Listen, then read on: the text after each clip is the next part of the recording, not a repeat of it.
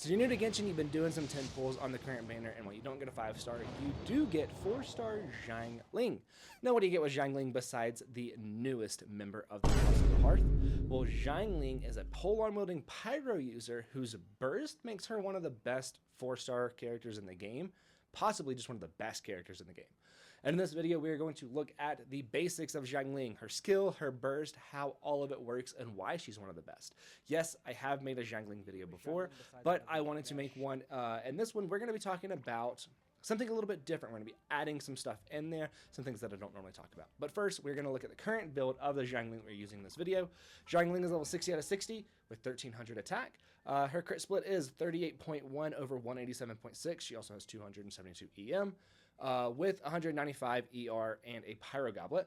She is running R5 the catch. I did give Raiden's artifacts and weapons over to Xiangling for this video.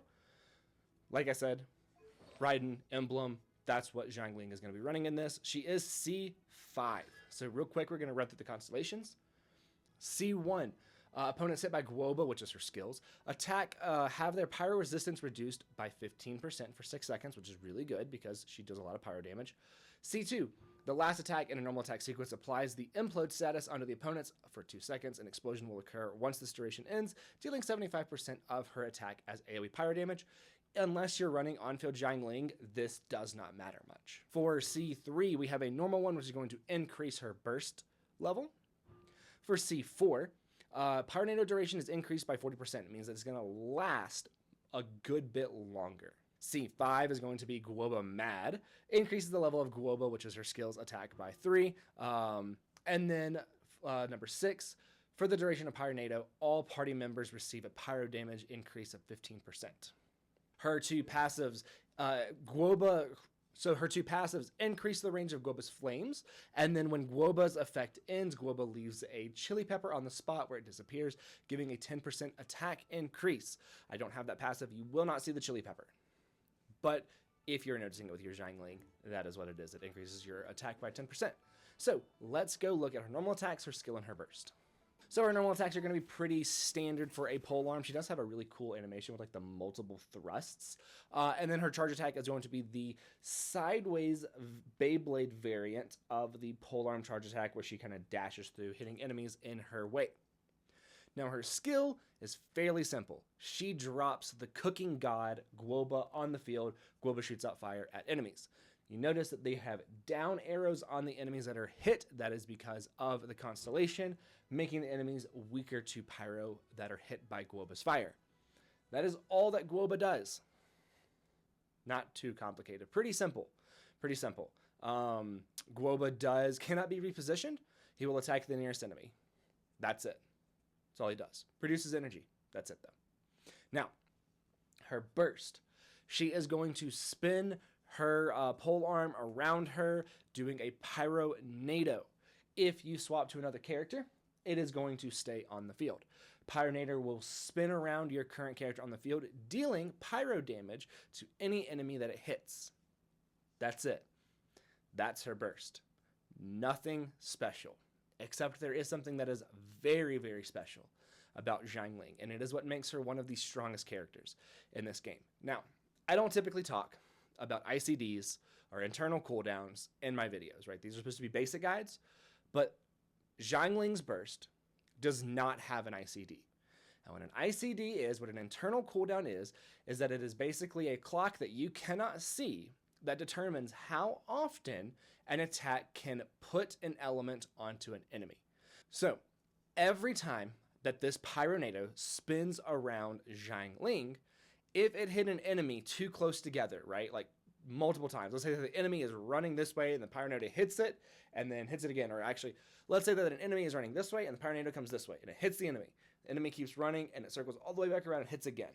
A normal character with a normal attack, the ICD, the internal cooldown, may not have passed, and it would not apply pyro to the enemy again, meaning it can't cause reactions, and it can't allow others to cause reactions off of it because it would not be able to hit them and inflict them with pyro. Xiangling doesn't have that problem. Her burst will always apply pyro to an enemy no matter when it hits them, meaning that if you have a character like Tartaglia, which we'll talk about later on, meaning that if you have a character like Tartaglia, which we'll talk about later on, that applies Hydro very, very fast, Xiangling's Pyronado can keep up with it and vaporize every single time. That is the essence of the Child International team, which we'll also talk about that in just a little bit. So the thing that makes her so good, the thing that makes her so special, is that her burst has no internal cooldown on its pyro application. So you can apply a lot of pyro. I know it's a little bit higher than what I usually talk about in these basics guide. I am going to start making like artifact grinding hell level guides for characters, but some things going on. I can't quite commit to doing that yet, but I will. Okay, let's get back on track. Let's talk about artifacts for Xiangling. Specifically beginner artifacts, because we know that Emblem is on her and is very, very good on her. For a beginner artifact set or early game artifact set or a 3 or 4 star artifact set, we are going to talk about Exile. 4-piece Exile is going to be very, very good for her. It's going to give up energy recharge, which is great because you want to use her burst a ton. The 4-piece is going to also give energy to your other teammates. Now, if you want to use her burst more often, you can try and do like a 2-piece Exile, 2-piece Scholar, which will give 20% energy recharge each. Again, allowing her to do her burst way more often. For the main stats, depending on the team and depending on your energy recharge, either you're going to be running an energy recharge Sands, an attack Sands, or an elemental mastery Sands, right? For Goblet, Pyro Goblet, for Circlet, crit rate or crit damage, depending on what you need more of, depending on what weapon you have on her. So, speaking of weapons, let's go look at some weapons for Xiangling. So, of course, we have R5, the Catch. Everybody needs to fish for this weapon, especially if you're using Xiangling. This weapon is so good on Xiangling. It's her best 4-star, it's her best free-to-play, and it's going to compete with other weapons. I think the only weapon that might be able to beat the Catch, if you're running Emblem on her, is going to be Engulfing Lightning, which is Raiden's signature. So this is a phenomenal weapon on Xiangling. If, for some reason, you refuse, you're stubborn, you refuse to get the Catch, some other options. You do have something like Kitayan Crossspear. It is the craftable weapon in Fontaine. She's going to like the Elemental Mastery as long as she's not in like a mono pyro team. And the passive is going to increase skill damage, which is okay, but it's also going to help get her some extra energy from the rest of the passive. So this can be a decent option if you don't want to go for the Catch. You also have good old-fashioned Favonius Lance, gets up energy recharge, gets more energy onto her. To trigger the passive, though, she has to be on field. And while she can be on field to like drop Guoba and a couple of other things, typically you're going to use her burst and swap her off. So Favonius isn't going to be as good, in my opinion, as like the Catch. Well, of course, it's not going to be as good as the Catch. But if you have no better option, Favonius is there. You also have Dragon's Bane, which Elemental Mastery is going to be good for like a Vaporized team or a Melt team. Its passive increases damage against opponents affected by Hydro or Pyro by 36%, especially in a Vaporized team. This is going to be very, very good. She's going to like the Elemental Mastery. She's going to like the passive. It's not going to help her with energy recharge. It's not going to help her with crit rate or crit damage, but you can build those separate. Then, of course, you have some Battle Pass weapons. Ballad of the Fjord. Crit rate is going to be very good. It is also going to give Elemental Mastery if you have different elements in your party, so this is going to be very good. You do have Lithic Spear if you want to try and do an all Leeway team, because she is from Leeway, but that's just going to be a meme, right? And then, of course, you do have White Tassel, a 3-star, going to get up crit rate. Normal attack damage is not going to help her too much, but she will enjoy that crit rate. For a craftable option, you do have Prototype Star Glitter, mainly only being able to use the energy recharge. After using Elemental Skill, it increases normal charge attack damage. So if you're using like on-field Xiangling, maybe she can use the passive, but really it's just going to be for the energy recharge, and that's it. So now we're going to talk about teams. for Xiangling. And actually, I'm going to show off the OG original international team, which is Xiangling, Chongyun, Xingqiu, and Benny. Now, the way that this team is going to work is that we are going to be using Xiangling's Burst, Xingqiu's Hydro application, and Chongyun's Cryo to cause Vaporize and Melt reactions for Xiangling. Now, this is another topic I don't normally talk about. I don't normally talk about snapshotting, but if you are using Xiangling and Bennett together in any team, put down Bennett's Burst first, then Xiangling's Burst.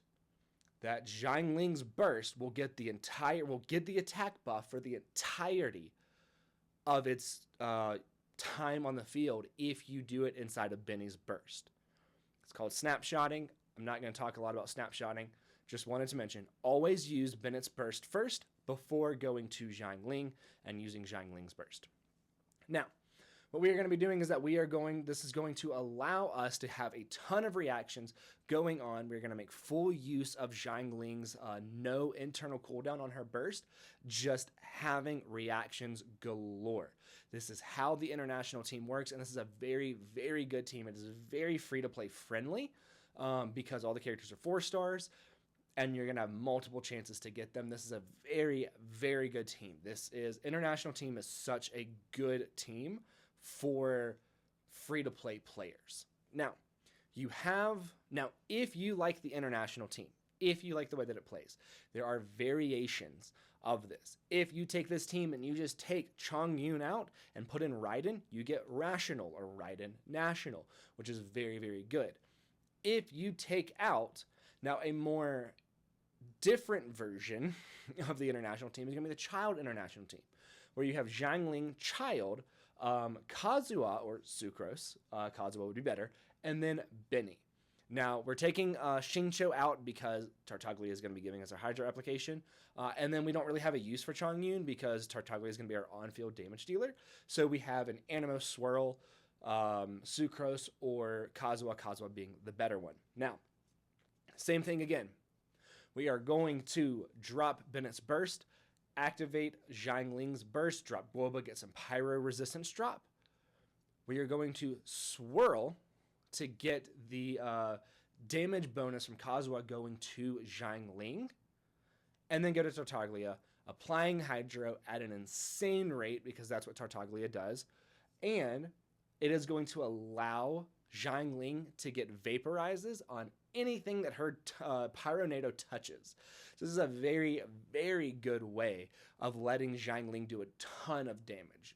Child's not going to be doing a ton himself. He's going to steal some Vaporized reactions for himself, but it's mainly going to come from Xiangling. That's why we want to swirl Pyro with Kazuha, not Hydro. Wow, I blanked out there for a second. This is going to be one of Child's best team, one of Tartaglia's best teams, and it is phenomenal because of how Xiangling works. Always remember, Benny Burst, then Xiangling Burst, so that way Xiangling can snapshot Benny's Burst. I will make a video on snapshot later on. That's not what we're going to go into here. That is actually going to be it for this video. If you have any questions, do be sure to leave it down in the comments. Myself or somebody else will be sure to answer it, and I will see you in the next one.